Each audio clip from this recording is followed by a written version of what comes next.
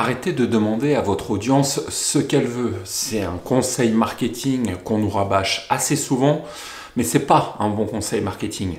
Alors, dans cette vidéo, je vais vous expliquer ce que vous devez faire pour vraiment comprendre les besoins de votre audience et leur donner le contenu payant et gratuit que les gens attendent et qu'ils vont vouloir consommer. Moi, j'ai déjà fait l'expérience et il m'arrivait à plusieurs reprises d'envoyer des emails en posant des questions et en demandant à mon audience « mais qu'est-ce que vous voulez ?» Et le plus souvent, j'ai une réponse qui est « j'aimerais vivre de mon business en ligne ». Ça, évidemment, ce n'est pas une information que je peux vraiment exploiter en matière de contenu. Alors, voyons voir maintenant en détail les problèmes qui viennent quand on demande aux gens ce qu'ils veulent.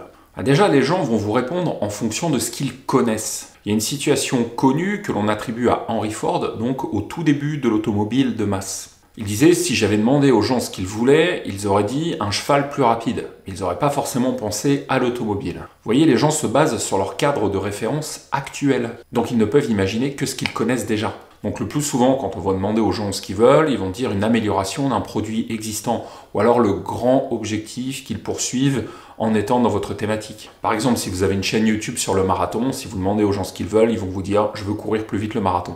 Vous voyez, si on avait posé la question dans le domaine de la téléphonie avant l'iPhone, les gens ils auraient peut-être demandé un téléphone avec plus de fonctionnalités ou alors avec un clavier différent, mais très peu de gens auraient imaginé un téléphone avec un clavier tactile qui recouvre l'intégralité de l'appareil. Le deuxième problème avec cette approche, c'est que les gens ne savent pas toujours que c'est possible. L'innovation, ça consiste à créer quelque chose dont les gens n'ont même pas forcément idée. Et donc c'est à vous, créateurs de contenu, d'avoir des intuitions et de la créativité pour proposer des choses qui sont vraiment nouvelles, auxquelles votre audience n'a pas forcément pensé. Toujours pour rebondir sur mon exemple de l'iPhone, eh bien Steve Jobs disait « les gens ne savent pas ce qu'ils veulent tant qu'on ne leur a pas montré ». Et évidemment, il n'aurait jamais pu concevoir l'iPhone ou l'iPad en se basant sur des sondages. Ensuite, quand vous demandez aux gens ce qu'ils veulent, vous avez aussi le problème des réponses qui peuvent être très superficielles. Les gens vont vous parler de ce qui est tendance sans forcément l'acheter ensuite. Les gens vont vous parler de ce qui leur semble rationnel. Le problème, c'est que les décisions d'achat ne sont pas souvent très rationnelles.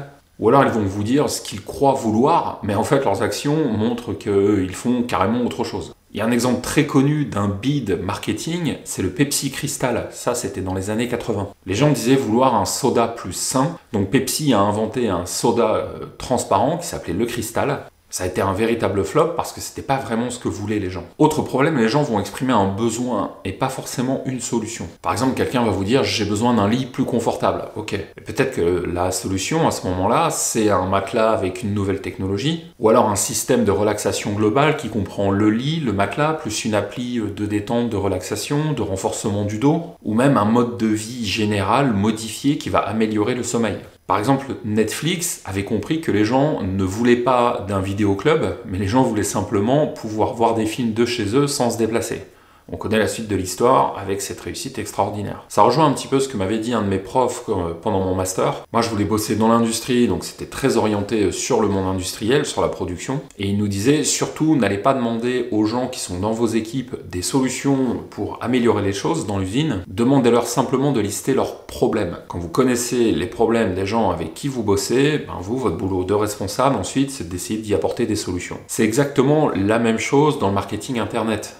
Trouver les problèmes des gens. Je vous donne un exemple dans mon activité. Je sais qu'un des problèmes de mon audience, c'était le temps que prend à écrire un e-book, la difficulté que c'est parce que tout le monde n'a pas forcément une bonne plume. Et donc la solution que j'ai trouvée, ça a été de construire une méthode qui permet d'écrire un e-book complet, qualitatif et vendable avec l'intelligence artificielle. Mais je ne suis pas certain que si j'avais demandé à mon audience qu'est-ce que vous voulez, j'aurais eu comme réponse « apprends-nous à écrire un bouquin avec ChatGPT ». J'aurais eu simplement « je veux gagner de l'argent avec mon business en ligne ». Mais encore une fois, ça ne m'aurait pas vraiment avancé. Donc oui, vous pouvez poser des questions à votre audience, mais c'est beaucoup plus puissant de leur demander leurs problèmes. Moi par exemple, je l'ai beaucoup fait dans le premier mail que les gens recevaient à leur inscription à ma newsletter.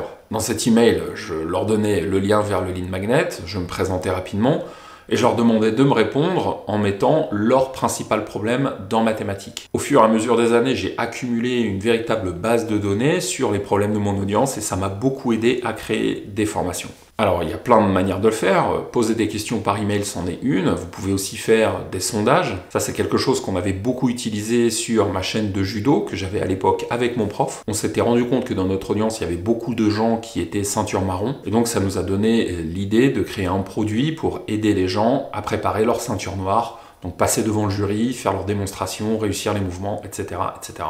Vous pouvez aussi être un observateur et regarder les questions que les gens vont poser sur des sites comme Quora, ou alors sur les forums, sur Reddit, dans les groupes Facebook, etc., etc. La moralité, c'est que vous ne devez pas construire votre business sur ce que votre audience dit vouloir, mais plutôt sur leurs problèmes et ce dont ils ont réellement besoin. Et ceci, même s'ils ne le savent pas encore. C'est aussi pour cette raison que c'est important de connaître le niveau de maturité de votre audience. Je reprends l'exemple du marathon, mais vous n'allez pas proposer les mêmes produits si vous voulez vous adresser à un public débutant ou à un public qui est confirmé.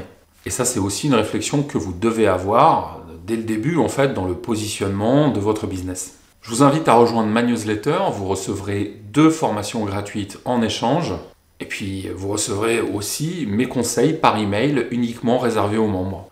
Merci beaucoup et à bientôt, salut!